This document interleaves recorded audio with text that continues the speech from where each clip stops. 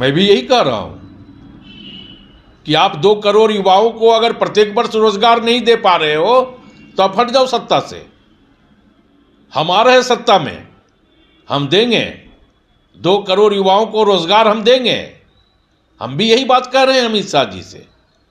विकास अगर देश के संसाधनों को अपने पूंजीपतियों के हाथों बेचना ही अगर इनके लिए विकास है तो राज्य की जनता और देश की जनता ऐसा विकास नहीं चाहती है।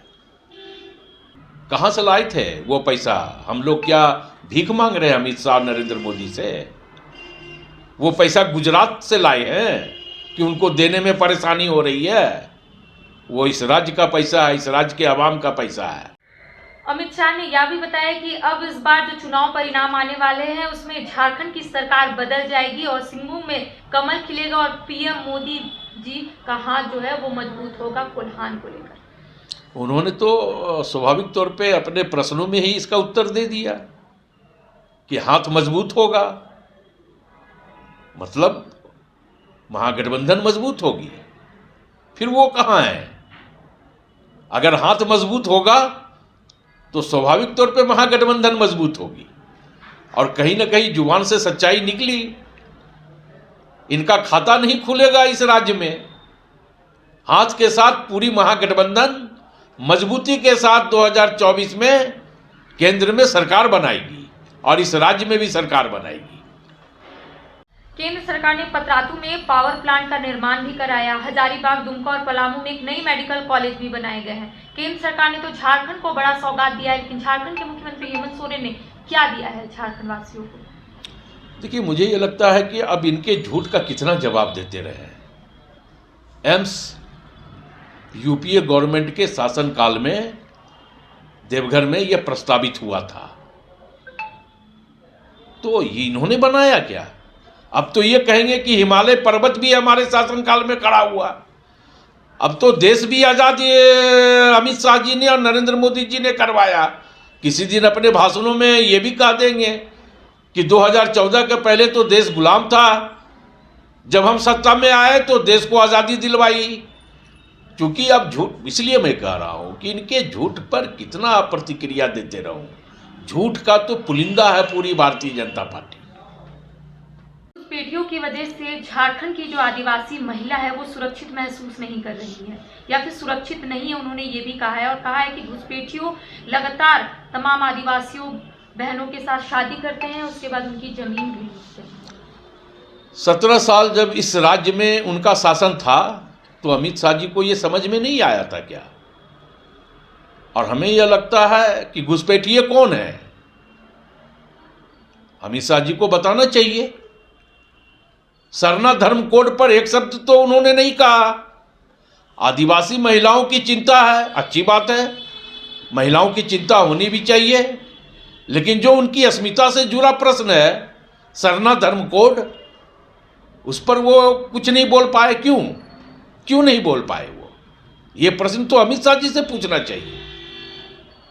अमित शाह का दौरा काफी महत्वपूर्ण माना जा रहा था और ऐसे में ये भी अनुमान लगाया जा रहा था कि अमित शाह राज्य सरकार को जरूर हमला बोलेंगे और उसी प्रकार 1932 को लेकर उन्होंने हुंकार भरी। उन्होंने कहा है कि चाईबासा में यानी कि कोल्हान में 1964 का सर्वे हुआ है, तो अगर 1932 लागू होता है तो यहाँ के लोगों को रोजगार नहीं मिलेगा। तो आखिर ये विभाजन क्यों हो रहा है? विभाजन कौन कर रहा है? विभाजन तो पूरे देश का भारतीय जनता पार्टी ने कर दिया है। इस देश को 2 तरह का देश बना करके देश को विभाजन करने की प्रक्रिया किसने शुरू की?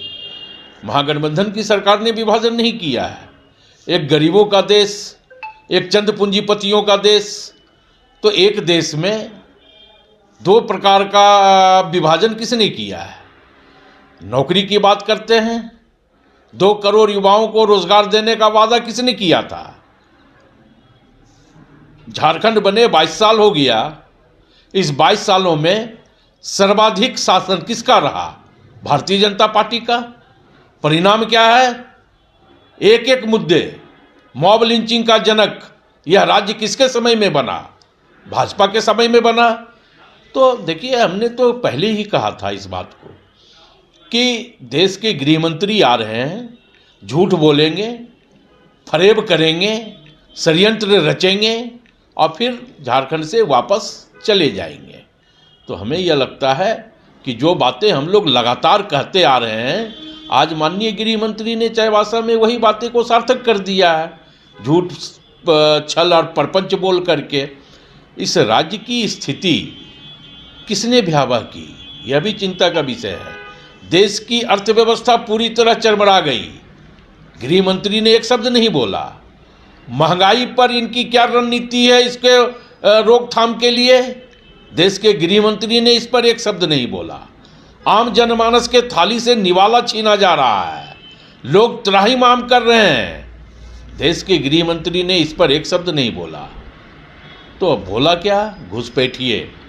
आज एक के बदले 10 सिर लाने का वादा करके इन लोग सत्ता में आए थे।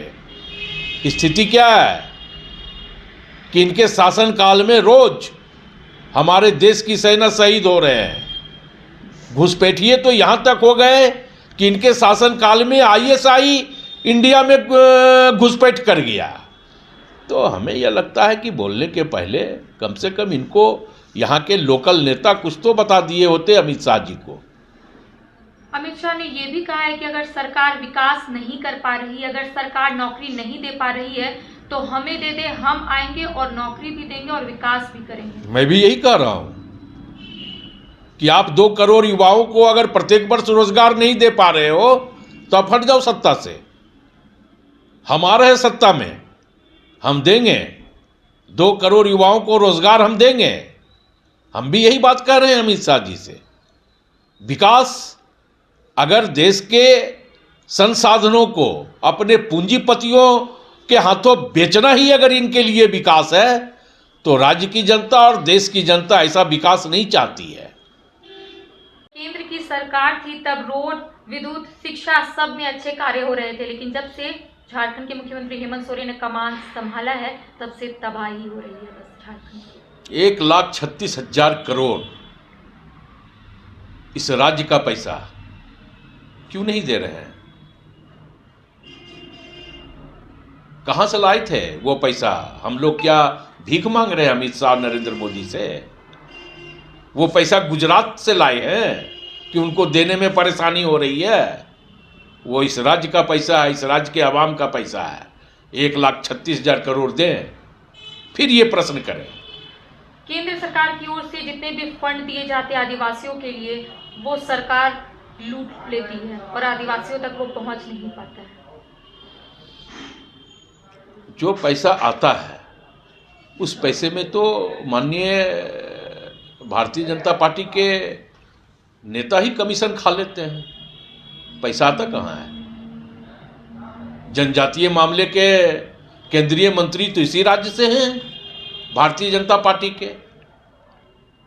आज तक क्या किए हैं वो जनजातीय लोगों के समर्थन में? अमित शाह जी को इसका भी आकलन कर लेना चाहिए। आकर के जनता की गाढ़ी कमाई से रेडिसन ब्लू होटल में मीटिंग करके करोड़ों रुपए के लागत से भीड़ जुटा करके, भाड़े की भीड़ ला करके, जितना झूठ बोल रहा है बोल लो। जो भाड़े के लोग रहेंगे तो आपके झूठ पे ताली बजाएंगे, लेकिन वास्तविकता तो राज्य की जनता सब जानती है और समझती है। श्री बालाजी लेकर आए हैं बिहार झारखंड में सबसे कम दरों पर धार्मिक रेल यात्रा। श्री बालाजी धार्मिक यात्रा के अंतर्गत उचित दर पर करें 4 धाम यात्रा के साथ ज्योतिर्लिंग यात्रा, वैष्णो देवी यात्रा, रामेश्वरम धाम यात्रा और नेपाल विदेश यात्रा। राजस्थान यात्रा के माध्यम से खाटू श्याम बाबा के दरबार में दर्शन सहित संपर्क करें Samriddhi complex, Harmu road, Kishorganj Chowk, Ranchi. Phone number 9122760999।